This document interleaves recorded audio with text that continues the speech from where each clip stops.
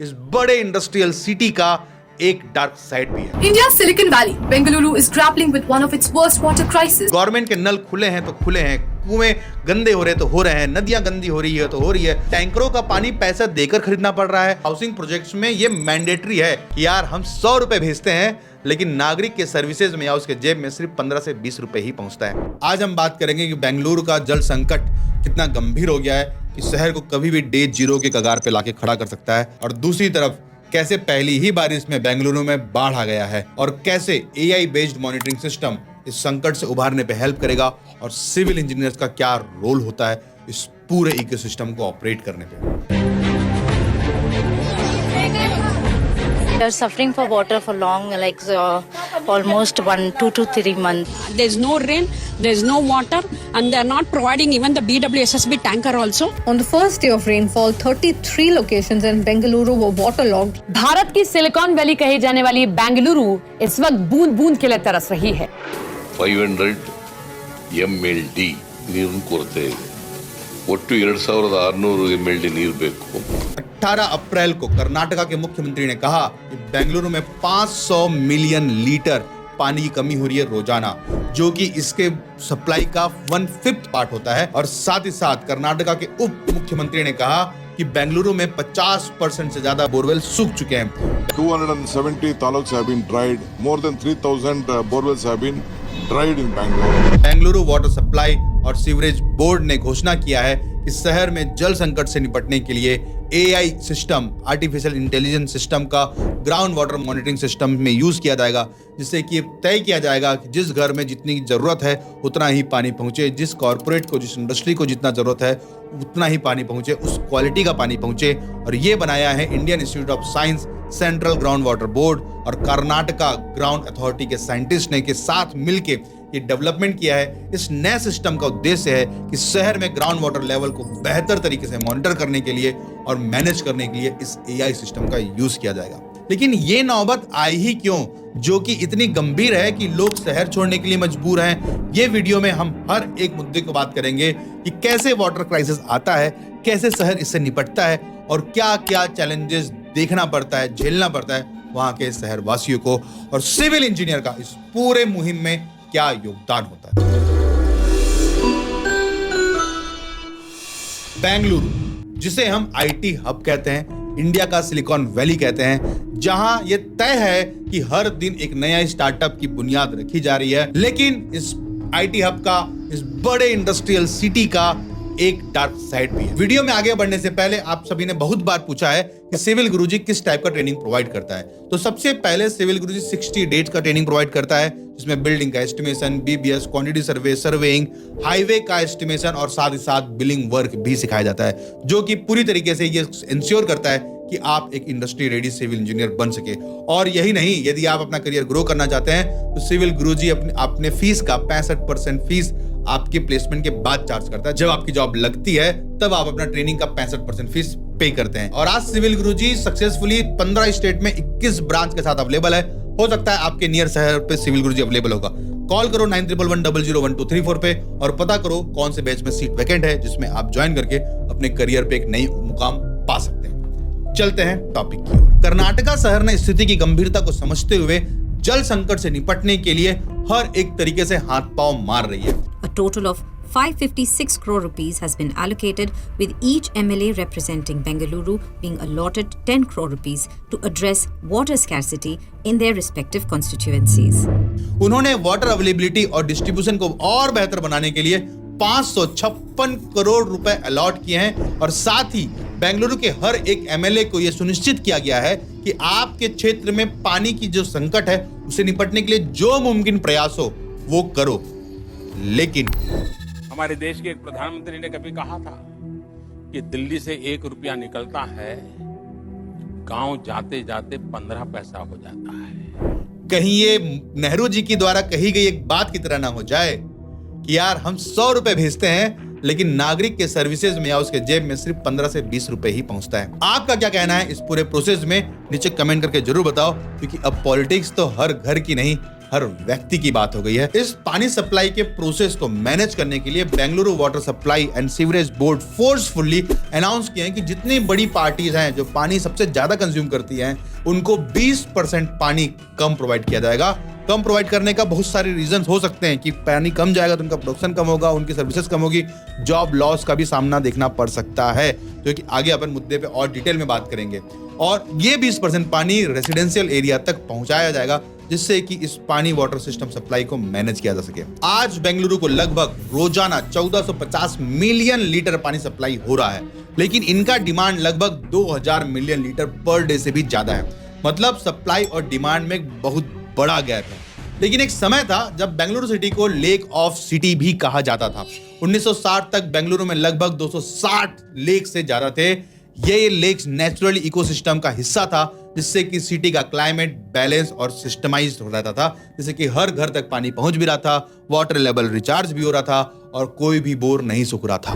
270 taluks have been dried. More than 3,000 borewells have been dried in Bangalore. लेकिन fast forward to today are most lakes are polluted हैं, जो कि completely disappear हो चुके हैं या अर्बनाइजेशन एक्सपांशन के चक्कर में उसको कवर किया जा चुका है। वाटर बॉडीज यानी कि जल निकायों पर तेजी से अतिक्रमण भी हो रहा है और अब बेंगलुरु में पानी का मेजर सोर्स है सिर्फ और सिर्फ कावेरी नदी। लेकिन ओवर रश के कारण और अपस्ट्रीम में बहुत सारे वाटर स्टोरेज एक्टिविटी के कारण ये रिवर का फ्लो और कैपेसिटी दोनों प्रभावित हुआ है। सन 2000 से लेकर 2023 तक LULC land use land cover के डाटा बेंगलुरु के बढ़ते हुए लैंडस्केप और उसका पानी की समस्या को विश्लेषित करके डिटेल में एक चिंताजनक ट्रेंड सामने आया है, जिसमें सन 2000 में बेंगलुरु का लैंडस्केप में वाटर बॉडीज का कवरेज एरिया 2.33% था, जो कि लगभग 35 स्क्वायर किलोमीटर से ज्यादा था और 2023 तक ये घटकर कवरेज एरिया मात्र 0.67% यानी कि 10 स्क्वायर किलोमीटर ही रह गया है। क्योंकि कंस्ट्रक्शन का बिल्टअप एरिया तेजी से एक्सपांड किया है, बिल्डिंगें बनी है तो जो पहले ग्रीन लैंड था, वाटर लैंड था, उसको कवर कर दिया गया है। बेंगलुरु की 837 में से 744 झीलों पर लोगों ने कब्जा कर लिया है। तो सन 2000 में 15% से बढ़कर आज 2023 में 36.7% हो गया है, जो कि 541 स्क्वायर किलोमीटर है। ये तेजी से बढ़ता अर्बनाइजेशन ना सिर्फ महत्वपूर्ण वाटर बॉडीज के ऊपर अतिक्रमण कर रहा है, बल्कि नेचुरल हाइड्रोलॉजी सिस्टम को भी डिस्ट्रीब्यूट करने पे और वाटर स्कैर्सिटी को बढ़ा रहा है। सन 2000 में जहां 39.66% एरिया ग्रीन था, अब वो 2023 में घटकर सिर्फ 26.53% रह गया है। ये सब बेंगलुरु शहर के पानी और एनवायरमेंटल दोनों के लिए बड़ा संकट का कारण बन चुका है, क्योंकि हमारे शहर की ग्रीनरी को बचाने के लिए ग्रीन स्पेस का होना बहुत जरूरी है। पिछले कुछ दशकों में जैसे जैसे अर्बनाइजेशन बढ़ा, वाटर मैनेजमेंट की प्रॉब्लम सरफेस पर आने लग गई। India's Silicon Valley that's facing a worsening water shortage. जैसे कि कुछ सालों पहले तक 100 फीट डेप्थ पे इजिली पानी मिल जाता था, लेकिन आज 1800 फीट तक बोरवेल करने पड़ रहे हैं, लेकिन फिर भी कोई भरोसा नहीं है कि पानी वहां मिलेगा कि नहीं। इसका मेन वजह है over exploitation of ground water और मानसून के पानी का प्रॉपर मैनेजमेंट नहीं हो पाना। और ये पानी का संकट वहां के लोगों की जो इकोनॉमिक स्थिति थी उसमें भी इंपैक्ट कर रहा है, क्योंकि अब टैंकरों का पानी पैसा देकर खरीदना पड़ रहा है। स्कूल वालों तो इससे निपटने के लिए अपनी फीस बढ़ा दिए हैं, जिसका इफेक्ट जो वहां के निवासी हैं उनके पॉकेट पे पड़ रहा है। और ये क्राइसिस का असर इतना हो गया है कि अब तो बेचारे पड़ोसी भी आपस में लड़ने लगे हैं इस पानी के टैंकर में लाइन के लिए। पानी की कमी एग्रीकल्चर और इंडस्ट्रियल को भी इम्पैक्ट कर रहा है। आने वाले समय पे इनका भी रेट बढ़ सकता है और इसका भी इम्पैक्ट वहां के निवासियों के जेब में जाएगा। और साथ ही साथ बड़े बड़े इंफ्रास्ट्रक्चर के डैमेज होने का भी कारण ये अंडरग्राउंड वाटर की कमी हो सकती है। मैंने एक डिटेल वीडियो बनाया है अंडरग्राउंड वाटर की कमी के कारण किस रीजन से ये बड़े बड़े मल्टी स्टोरी इंफ्रास्ट्रक्चर टूट सकते हैं, डैमेज हो सकते हैं, कोलैप्स हो सकते हैं। नीचे डिस्क्रिप्शन पे और ऊपर आई बटन में उसका डिटेल दिया हुआ। जब भी एक सिटी तेजी से ग्रो करता है तो उनका इंफ्रास्ट्रक्चर और सीवेज सिस्टम और ड्रेनेज सिस्टम साथ ही साथ ग्रो करने चाहिए, लेकिन बेंगलुरु में ऐसा हुआ नहीं। जमीन का अधिकतर हिस्सा कंक्रीट से ढक दिया गया, या तो रोड बन गए या पाथवे बन गए या पैसेज बन गए या कवर एरिया बन गए। पूरे शहर को आपने रेन कोट पहना दिया है तो ऊपर का पानी, बारिश का पानी जमीन तक नहीं जाएगा भाई साहब, तो जिसके कारण नेचुरल वाटर रिचार्ज पॉइंट कम हो चुके हैं। अर्बन प्लानिंग और सिविल इंजीनियरिंग का एक बड़ा हिस्सा होता है हाइड्रोलॉजिकल साइकिल को समझना। ये साइकिल जमीन, वायु और पानी के बीच का एक नेचुरल इंटरसेक्शन है, लेकिन जब हम ज्यादा बिल्ड करते हैं, जमीन कम होता है, तो सस्टेनेबल प्रैक्टिस का और ग्राउंड वाटर का जो रिचार्ज पॉइंट है वो मिसमैनेज हो जाता है, वो कोलैबोरेट नहीं कर पाते, जिसके कारण हाइड्रोलॉजिकल साइकिल या वाटर साइकिल के नेचुरल प्रोसेस में इंपैक्ट होता है। हाइड्रोलॉजिकल साइकिल या वाटर साइकिल एक नेचुरल प्रोसेस यार जो हम बचपन से पढ़ रहे हैं। पानी हमारे एनवायरनमेंट में कंटिन्यूअसली मूव करता है 3 स्टेप में। सबसे पहला इवोपरेट होता है, दूसरा कंडेंसेशन होता है और तीसरा प्रेसिपिटेशन होता है कि ये गर्मी से वाष्प बन के ऊपर जाता है, ऊपर ये डेंस होता है और जहां पे प्रेशर कम होता है वहां पे ये गिर जाता है, जिससे कि पानी फिर से अंडरग्राउंड पेनिट्रेट होता है और फिर से ये साइकिल चलते आता है। इसके कहीं भी एक प्रोसेस को आपने रोका तो पूरा इकोसिस्टम की धज्जियां उड़ जानी है, जो कि यही हुआ बेंगलुरु में। एज अ सिविल इंजीनियर हमारा काम सिर्फ बिल्डिंग और रोड बनाने तक सीमित नहीं है, हम इन्वायरमेंट के प्रति थोड़े ज्यादा जिम्मेदार हैं एक आम नागरिक से। सस्टेनेबल डेवलपमेंट और वाटर मैनेजमेंट हमारे इंजीनियरिंग का एक अहम हिस्सा है, जो हमें इस क्राइसिस के समाधान ढूंढने में बहुत बड़ा मदद करता है। और यदि इस जगह सिविल इंजीनियर फेल हो जाए तो पानी की कमी से मैन्युफैक्चरिंग, एग्रीकल्चर और एनर्जी प्रोडक्शन सिस्टम जैसे इंडस्ट्रीज को नुकसान पहुंचेगा, जिससे जॉब लॉस होंगे, इकोनॉमिकल आउटपुट घटेगा और बिजनेस और कंज्यूमर के लिए बढ़ते हुए कॉस्ट बहुत बड़ी मुसीबत का कारण बन सकता है। और साथ ही क्लीन वाटर की एक्सेस ना हो पाना या हाइजीन डाउन हो जाएगी, जिससे पानी से फैलने वाली बीमारियों का रिस्क बढ़ जाता है, जैसे कि हैजा, पेचिस, टाइफाइड। ये हेल्थ केयर सिस्टम को भी टेंशन बढ़ा सकता है और यदि ये संकट ठीक नहीं हुआ तो लंबी अवधि तक वाटर क्राइसिस होने से लोग अच्छे जीवन शैली के लिए, अच्छे जीवन के लिए माइग्रेट कर सकते हैं, एक शहर छोड़ के दूसरे शहर जा सकते हैं, जो अर्बन स्लम को और इंफ्रास्ट्रक्चर को एक बड़ा प्रेशर में डाल सकता है।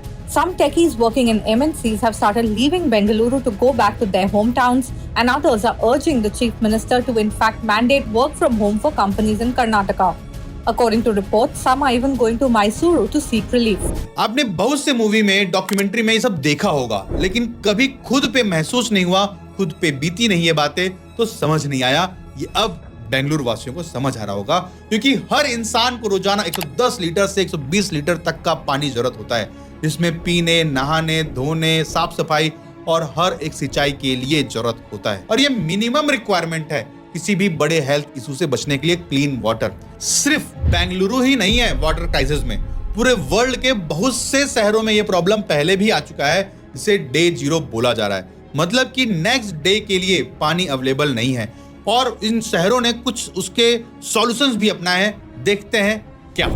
Cape Town has a whole city of this kind threatened to run out of water for its citizens completely. तो सबसे पहले साउथ अफ्रीका का केप टाउन एक ऐसा शहर है जिसने भीषण सूखे का सामना किया है। इस सूखे ने केप टाउन को डे 0 के करीब ला दिया था। एक पॉइंट था जहां पर म्युनिसिपल वाटर सप्लाई लार्जली बंद हो गए थे। ये प्रॉब्लम और भी गंभीर हो गया जो पूरा शहर पूरी तरीके से सिर्फ रेन वाटर पर डिपेंड हो गया। और गरीबी में आटा गीला तब हुआ जब ये रेन वाटर सिस्टम फेल हो गया, क्योंकि insufficient investment in water infrastructure और पुअर वाटर मैनेजमेंट प्रैक्टिस के कारण केप टाउन को लोगों को सूखा ही मरना पड़ा। और वहां के म्युनिसिपल पार्टीज और वहां के सिविल इंजीनियर्स ने इस पूरे इकोसिस्टम को नहीं समझा और कई सारे लोग वहां से माइग्रेट हो गए और कुछ लोग तो बेचारे सूखे के चक्कर में ही मर गए। इस संकट से निपटने के लिए केप टाउन के वासियों को सीवियर वाटर यूजेस का रिस्ट्रिक्शन लगाया गया और वाटर रिसाइकलिंग और डीसैलिनेशन से ज्यादा एफर्ट लगाया गया, जिसके परिणाम से सिचुएशन में थोड़ा हल्का करने पे काफी मदद मिली। इसके बाद से सिटी ने अपना वाटर रिसोर्स को डाइवर्सिफाई करने के लिए वाटर कंजर्वेशन मेजर को इनहेंस करने पर ज्यादा ध्यान दिया। एक और एग्जांपल है जो कि 2015 में हुआ था ब्राजील के साओ पाउलो शहर का, जब उसका मेन रिजर्वायर लंबे समय तक सूखता रहा और शहर के हाई वाटर डिमांड के कारण यह रिजर्वायर लगभग पूरा सूख गया, जिसके इमरजेंसी रिस्पांस में साओ पाउलो के लिए एक अल्टरनेटिव वाटर सोर्स बनाया गया और उसके रिसोर्स तक पहुंचा गया और लोगों को कंट्रोल्ड पैटर्न में वाटर सप्लाई किया गया। यह सिटी का एक्सपीरियंस इमरजेंसी में प्लानिंग की इंपॉर्टेंस को हाईलाइट करता है और यह भी दिखाता है कि यदि शहर सिर्फ सिंगल वाटर सोर्स पर ज्यादा निर्भर करता है तो किसी भी समय यह रिस्क डेवलप हो सकता है कि किसी भी नेचुरल या टेक्निकल इशू के कारण वो सोर्स से पानी नहीं निकलेगा और शहर डे 0 तक पहुंच जाएगा। और भारत में सिर्फ बेंगलुरु नहीं है, चेन्नई भी सेम टाइप की प्रॉब्लम से जूझ रहा है। जिसमें इर्रेगुलर मानसून, रैपिड अर्बनाइजेशन के साथ ही पूरे तरह से घटते हुए ग्राउंड वाटर पर डिपेंडेंसी होने के कारण यहाँ भी पानी की समस्या बनी हुई है। मेक्सिको सिटी में भी बहुत ज्यादा पॉपुलेशन और इनसफिशिएंट इंफ्रास्ट्रक्चर होने के कारण यहाँ भी वाटर शॉर्टेज का सामना करना पड़ा है, जो कंज्यूमर तक पानी पहुंचाने से पहले ही वाटर लीकेज के कारण वाटर सप्लाई सिस्टम फेल हो चुका है और लोगों को क्लीन वाटर नहीं पहुंच पा रहा है, क्योंकि बड़ा पानी का हिस्सा इस लीकेज और डैमेज वाटर सिस्टम के कारण लॉस हो जा रहा है। तो इससे निपटने के लिए सिटी अपने वाटर डिस्ट्रीब्यूशन सिस्टम को रिपेयर करने पे और न्यू वाटर सोर्स एक्सप्लोर करने पे लगा हुआ है, ताकि वाटर स्कैरसिटी को एड्रेस किया जा सके। इसका मतलब है कि वाटर पाइपलाइन को ठीक कर रहे हैं जहां से लीकेज हो रहा था, और नए सोर्स जैसे कि रिवर्स, लेक्स और अंडरग्राउंड एक्यूफायर की खोज जारी है, जिससे कि सिटी को पानी की सप्लाई को बेहतर किया जा सके और वाटर क्राइसिस से बचा जा सके। एक और है जकार्ता, जो कि इंडोनेशिया में है। यहाँ तो एक यूनिक सी चैलेंज का सामना करना पड़ रहा है, क्योंकि यहाँ का वाटर स्कैरसिटी के साथ साथ लैंड सब्सिडेंस भी हो रहे हैं, मतलब जमीन नीचे धंस रही है, जो कि एक्सेसिव वाटर ग्राउंड एक्सट्रैक्शन के कारण बढ़ रहा है। जैसे कि तकिए से पूरा रुई निकाल दोगे तो तकिए का कवर नीचे धंस जाएगा, ठीक ऐसा ही हो रहा है वहां पे। इसका पूरा एक डिटेल वीडियो बनाया है, जिसका पहले ही मैंने बात किया, नीचे डिस्क्रिप्शन पे और ऊपर आई बटन में दिया हूं। इस वीडियो के बाद उसे जरूर देखना कि कैसे नीचे का पानी पूरा निकालने से नीचे का एरिया खोखला हो जाता है और ऊपर हाई स्टोरेज बिल्डिंग बनाने के कारण लोड ज्यादा हो जाता है और जिससे जमीन नीचे धंस जाती है, जिससे कि स्ट्रक्चर में फेलियर और भूकंप जैसे अवसर देखने मिलता है छोटे छोटे लोकल एरिया में। और इस सिचुएशन से बचने के लिए जकार्ता क्या कर रहा है कि सिटी के ग्राउंड वाटर यूसेज को कम करने के लिए हार्ड डिसीजन लिया गया है, और साथ ही वाटर कंजर्वेशन को प्रमोट करने के लिए एक प्लान बनाया गया है, जिससे कि अल्टरनेटिव वाटर सोर्स जैसे कि रिवर, रिजर्वायर सिस्टम में इन्वेस्ट करके कदम उठाकर वहां की पानी को वाटर पाइपलाइन द्वारा घरों तक पहुंचाया जा रहा है। एक्चुअल में सिविल इंजीनियर्स के पास इस प्रॉब्लम से निपटने के लिए एकदम प्रैक्टिकल समाधान है, जिससे कि कभी भी कहीं भी किसी भी शहर में इस तरीके की समस्या ना आए। सबसे पहले बात करते हैं अपने घरों के लिए कि हम अपने इंडिविजुअल घर में क्या कर सकते हैं। तो रेन वाटर हार्वेस्टिंग सबसे अच्छा, सस्ता और सुंदर सॉल्यूशन है। यह सिस्टम बारिश की पानी को रूफ के जरिए वाटर पाइपलाइन के से कलेक्ट करता है और इसे क्लीन करके अंडरग्राउंड वाटर लेवल्स को रिचार्ज करता है, जिससे कि बोरवेल से आप अपने वाटर रिक्वायरमेंट को फुलफिल कर सके। और दूसरा तरीका है ग्रे वाटर रिसाइकलिंग का, यानी कि बाथरूम और किचन से निकलने वाले यूज्ड वाटर को ट्रीट करके प्लांट्स में सींचने के लिए, टॉयलेट में फ्लश करने के लिए यूज किया जा सकता है। इससे आपको बाहर से वाटर डिमांड करने की जरूरत नहीं पड़ेगी, आप अपने ही रेगुलर रिसोर्स को फुलफिल कर सकते हैं।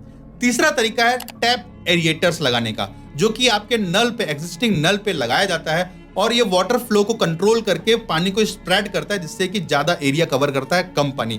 इसका लाइव एग्जांपल आप अपने बाथरूम के शावर में देख सकते हो कि शावर आप बाथरूम में लोटे लोटे से, मग्गे मग्गे से नहाओगे तो ज्यादा पानी वेस्ट होता है, लेकिन शावर लगाने से वो पानी के फ्लो को मेंटेन करता है और स्प्रेड करके आपके बॉडी के ज्यादा एरिया को कवर करता है, जिससे कि कम पानी पे आप अच्छा यूज कर सकते हो। तो इन तरीकों से जो गैप है वाटर डिमांड और सप्लाई का, उससे किसी हद तक निपटाया जा सकता है। इन तीनों सिस्टम को इंप्लीमेंट करके आप अपनी खुद की डेली वाटर नीड को फुलफिल कर सकते हो, बल्कि ग्राउंड वाटर लेवल्स को भी इंप्रूव कर सकते हैं। और अब बात करते हैं सोसाइटी और टाउनशिप लेवल पे क्या किया जा सकता है। सेम हर सोसाइटी पे रेन वाटर हार्वेस्टिंग की व्यवस्था करने की अर्जेंट नीड है। ये गवर्नमेंट रूल है, लेकिन बहुत हद तक ये इंप्लीमेंट नहीं होता। और ग्राउंड वाटर को एग्जीक्यूट करने के लिए गर्मी का समय ही सबसे इंपॉर्टेंट होता है। यहाँ पे आप रेन वाटर हार्वेस्टिंग कीजिए, जिससे कि आने वाले बरसात में आपका ग्राउंड वाटर लेवल रिचार्ज हो सके। और ये रेन वाटर हार्वेस्टिंग का सिस्टम एक और बड़ा फायदा देता है कि फ्लड को रोकने में डायरेक्ट इफेक्टिव होता है, क्योंकि ये डायरेक्ट जमीन में पानी को एब्जॉर्ब करवा देता है। इससे ना सिर्फ पानी बचता है, बल्कि फ्यूचर फ्लड की आशंका भी कम हो जाती है। ऐसा तो आपने हर बार सुना होगा कि हाउसिंग प्रोजेक्ट्स में ये मैंडेटरी है, लेकिन असलियत में जमीन पे ये पॉलिसी एग्जीक्यूट नहीं होती। सिर्फ कुछ कमीशन खोर लोग कुछ फाइन लगा के, कुछ कमीशन लेके आपको परमिशन दे देते हैं। क्योंकि ऐसा ही एक एग्जाम्पल सामने आया है, राज लेक, जो कि बेंगलुरु में था, हो गया है अब ये, जो कि एक समय पे ये पिकनिक स्पॉट हुआ करता था, आज कंस्ट्रक्शन साइट बन चुका है। ऐसे में अगर हमें सिटी को बचाना है तो सस्टेनेबल कंस्ट्रक्शन अपनाना होगा। आपको क्या लगता है, क्या हम अपने देश के पानी को बचा सकते हैं? इन प्रॉब्लमों से लोगों को छुटकारा दिला सकते हैं? नीचे कमेंट में अपनी राय जरूर लिखना यार। कि आप क्या सोचते हैं पानी के बारे में। अब बात करते हैं इस पूरे इकोसिस्टम को मैनेज करने के लिए कौन कौन सी डिविजन्स, कौन कौन सी गवर्नमेंट बॉडीज होती है जो इससे डील करती है। तो सबसे पहले बेंगलुरु वाटर सप्लाई और सीवरेज बोर्ड, ये प्राइमरी एजेंसी है जो बेंगलुरु में वाटर सप्लाई और सीवरेज मैनेजमेंट के लिए रिस्पॉन्सिबल है। ये सीवरेज ट्रीटमेंट प्लांट्स को ऑपरेट करके मैनेज करते हैं और सिटी को बढ़ती पॉपुलेशन के डिमांड को पूरा करने के लिए पानी और सीवरेज इंफ्रास्ट्रक्चर का एक्सटेंड करना और इनको एग्जीक्यूट करना इनके प्रोजेक्ट का एक अहम हिस्सा होता है। फिर है लेक डेवलपमेंट अथॉरिटी, LDA। इसे सबसे पहले शहर के लेक्स को ओवरसीज और मैनेज करने के लिए एस्टेब्लिश किया गया था, जिसमें LDA की जिम्मेदारी थी कि बेंगलुरु के आसपास के लेक्स को रीजनरेशन और कंजर्वेशन को डेवलप करना। लेकिन जब ये डेवलप नहीं कर पाए तो बाद में इसे कर्नाटका के लेक कन्वर्जेशन और डेवलपमेंट अथॉरिटी KLCDA में मर्ज किया गया, जिसका मेन एम हो गया कंजर्वेशन और डेवलपमेंट से जुड़े व्यापक समस्या को सिर्फ एड्रेस करना।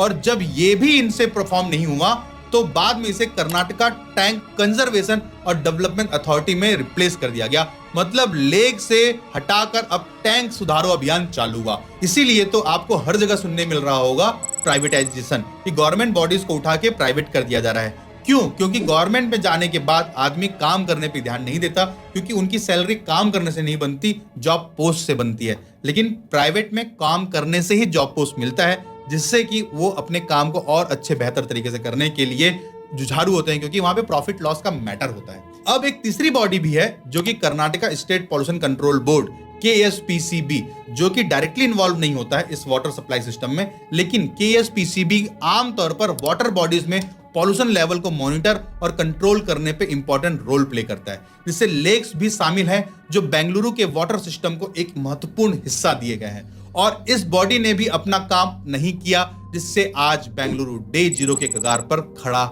है। आज मैं कुछ इंपॉर्टेंट टिप्स बात करूंगा जिससे कि आपको समझ आए कि इस प्रॉब्लम से कैसे निपटते हैं। तो सबसे पहले आज जरूरी कदम है रेन वाटर हार्वेस्टिंग का, जिसके बारे में हमने बात किया। हर प्रकार की बिल्डिंग, चाहे वो रेसिडेंशियल हो या कमर्शियल हो, छत पर रेन वाटर हार्वेस्टिंग सिस्टम को इंस्टॉल करना, जिससे कि नीचे पाइपलाइन के थ्रू पानी को लाया जा सके, कलेक्ट किया जा सके, ट्रीट करके वाटर ग्राउंड लेवल को रिचार्ज किया सके। दूसरा इंपॉर्टेंट बात है वाटर रिसाइकलिंग का। सिविल इंजीनियर्स को चाहिए कि वो न्यू प्रोजेक्ट डिजाइन करते वक्त ग्रे वाटर ट्रीटमेंट प्लांट्स और रिसाइकलिंग सिस्टम को इंटीग्रेट करें। ग्रे वाटर यानी कि हैंड वॉश, शॉवर, बाथरूम से निकलने वाले पानी को प्यूरिफाई करके नॉन पोर्टेबल प्रोसेस जैसे कि गार्डनिंग और फ्लशिंग के लिए इसे यूज करवाना। तीसरा इंपॉर्टेंट बात है इंफ्रास्ट्रक्चर इंप्रूवमेंट, लीकेज को रोकना, पुराने पाइपलाइन को रिप्लेस करना और स्मार्ट वाटर मैनेजमेंट सिस्टम को इंप्लीमेंट करना। इन सारे स्टेप से हम पानी की बर्बादी को कंट्रोल कर सकते हैं और साथ ही साथ वाटर प्रेशर मैनेजमेंट को ऑप्टिमाइज करके हम इंश्योर कर सकते हैं कि वाटर सप्लाई सिस्टम इफेक्टिवली काम कर रहा है विदाउट एनी वेस्टेज। चौथा इंपॉर्टेंट बात है sustainable urban planning. Urban planning में सस्टेनेबिलिटी को इंकॉर्पोरेट करना बहुत ही जरूरी है। न्यू डेवलपमेंट का प्लान करते वक्त सफिशिएंट ग्रीन स्पेस इंश्योर करें। कोई भी घूस लेके सिर्फ ग्रीन स्पेस न बना दे कि नीचे कंक्रीटिंग कर दिए हैं और ऊपर ग्रीन मैट बिछा दिए, भाई उससे काम नहीं होगा। जो नेचुरल एक्यूफायर को रिचार्ज करने में बिल्कुल हेल्प नहीं करेगा। आपको अपना जो टाउनशिप है, आपको अपनी सोसाइटी है, उसमें आपका ग्राउंड का लेवल का वाटर लेवल रिचार्ज होना चाहिए। बिल्डिंग कोड्स को भी अपडेट करने की जरूरत है, जिससे कि हर एक new building water efficient features के साथ रेन वाटर हार्वेस्टिंग सिस्टम के साथ एग्जीक्यूट हो। पांचवा, थोड़ा महंगा है, डीसैलिनेशन प्रोजेक्ट। डीसैलिनेशन एक प्रोसेस है जिसमें पानी से सॉल्ट और दूसरे मिनरल्स को निकाल दिया जाता है, जिससे पानी को ह्यूमन कंजप्शन, इरिगेशन और इंडस्ट्रियल यूज के लिए सस्टेनेबल बनाया जाता है। ये प्रोसेस हाई कॉस्ट और जियोग्राफिकल कंस्ट्रेंट के कारण एक्सटेंसिवली इंप्लीमेंट नहीं हो पा रहा है, लेकिन डीसैलिनेशन एक ऐसा लॉन्ग टर्म सॉल्यूशन बन सकता है यदि हम अपने टेक्नोलॉजी को ज्यादा कॉस्ट इफेक्टिव बना दें, जिससे कि ये रिसाइकलिंग प्रोसेस सस्ता हो जाए। और यदि ये हो गया तो हर शहर में पानी की कमी कभी नहीं होगी, क्योंकि जो आप वेस्ट करोगे और आपके नियरेस्ट में जो वाटर है जो पीने योग्य नहीं है, उसे पीने योग्य बनाया जा सकता है। और सबसे last but not the least, अपने कम्युनिटी को अवेयरनेस प्रोवाइड करना, क्योंकि आखिरी में सबसे इंपॉर्टेंट पॉइंट बढ़ जाता है कम्युनिटी का अवेयरनेस। हर एक सिटीजन को इस क्राइसिस के बारे में एजुकेट करना बहुत जरूरी है। स्कूल में लोकल लैंग्वेज में, लोकल तरीके से स्कूल में बच्चों को सिखाया जाए कि पानी का इंपॉर्टेंस क्या है, हमें कैसे बचना है। क्योंकि बच्चे बड़े होके, ये कल्चर है यार, ये कोई बता नहीं सकता, ये कल्चर बिल्ड करना होता है। जब तक हर इंडिविजुअल वाटर को सेव करना नहीं चाहेगा, उसको सेव करने के लिए मोटिवेट नहीं होगा, तब तक ये कहानी नहीं होगा। जिस तरीके से स्वच्छ भारत अभियान चलाया गया, उसी तरीके से स्वच्छ वाटर मिशन भी चलाना चाहिए, जिससे कि हम पानी को सेफ रख सकें। क्योंकि गवर्नमेंट के नल खुले हैं तो खुले हैं, कुएं गंदे हो रहे तो हो रहे हैं, नदियां गंदी हो रही है तो हो रही है, अरबों खरबों का बजट निकलता है, लेकिन एंड एग्जीक्यूशन तक ये चीजें नहीं पहुंच रही है। और ये सिर्फ ह्यूमन का अवेयरनेस है। पूजा की भी सामग्री को नदी में नहीं फेंका जाना चाहिए। हम अपने जो पानी को वेस्ट कर रहे हैं, तो घरों में एक छोटा सा टेक्नोलॉजी होना चाहिए जिससे कि हम ट्रीट करके पानी को बाहर निकालें। एक मैंने वीडियो देखा था जापान का, जिसमें से सीवरेज वाटर लाइन पे, मतलब जो नाली था, उसमें मछलियां तैर रही हैं, वो भी कलरफुल मछलियां, मतलब इतना साफ था पानी। हम भी कर सकते हैं। एक आदमी इस दुनिया में कोई कर सकता है तो वो आप खुद हो। आपको अपना युग खुद ही बनाना होगा। आपने अभी तक 4 युग की बात सुनी है। सबसे पहले सतयुग। सतयुग क्या मतलब था कि पूरी पृथ्वी मेरी फैमिली है, मैं पूरे पृथ्वी के लिए काम करूंगा। उसके बाद आया त्रेता युग, मतलब मेरा देश मेरी फैमिली है। जैसे कि राम राज्य एक फैमिली, रावण राज्य एक फैमिली, जो वानर राज्य एक फैमिली, तो सारी देश अलग अलग फैमिली हुआ करती थी। फिर आया द्वापर युग, मेरा फैमिली ही मेरी फैमिली है, मतलब कि पांडव एक फैमिली हो गए, कौरव एक फैमिली हो गए, 2 फैमिलियों के बीच में आपस में लड़ाई हो रहा है, दोनों एक ही देश में रहते थे। फिर आया कलयुग, मेरा फैमिली खत्म हो चुका है, अब मैं ही मेरी फैमिली हूं। लोग सिर्फ खुद के लिए काम कर रहे हैं, इसीलिए नेचर को बर्बाद कर रहे हैं। प्राकृतिक का यूज सिर्फ अपनी प्रॉफिट के लिए काम कर रहे हैं। कोयले की जरूरत है, जंगल काट रहे हैं। जंगल काट के कोयला डेवलप करना भी जरूरी है, लेकिन उसका अल्टरनेट रिसोर्सेज खोजना भी उतना ही जरूरी है। कम्युनिटी नहीं, ये पृथ्वी मेरा परिवार है। जब तक हम ये नहीं समझेंगे, ये नेचर हमें गिफ्ट में मिला है और गिफ्ट का एक वैल्यू है, ये फ्री ऑफ कॉस्ट नहीं मिला है। यदि आप इस शहर में, यदि आप इस देश में, यदि आप इस युग में इस पानी को बचाना चाहते हैं, तो आप ही हैं जो ये काम कर सकते हैं। मेरे साथ आइए, हम मिलकर इस पानी को बचाते हैं। हर एक बूंद का जवाब आपको देना पड़ेगा, क्योंकि सिविल गुरुजी है जो सिविल इंजीनियर्स को एजुकेट कर रहा है कि कैसे हम इतने सारे रिसोर्सेज का यूज कर सकते हैं। आप भी अपना career as a civil engineer grow करना चाहते हैं तो ज्वाइन करिए सिविल गुरुजी। यहाँ तक आए हैं तो सब्सक्राइब किए बिना जाना नहीं तो बहुत सारे इंपॉर्टेंट पॉइंट्स आपसे छूट जाएंगे। और यदि आपको वीडियो पसंद आया है तो उन लोगों तक जरूर इसको शेयर करो जो पानी का वेस्ट करते हैं, जो दिन में 4 बार नहा रहे हैं ये बोल के कि हमको बोला गया 3 बार 4 बार नहाने के लिए। उनको ये मैसेज शेयर कीजिए और साथ ही एजुकेट कीजिए अपने आसपास के लोगों को कि पानी को सेव करें। करना चाहते हैं कुछ खास तो चलो हमारे साथ सिविल की बात गुरुजी के साथ। जय हिंद, जय भारत।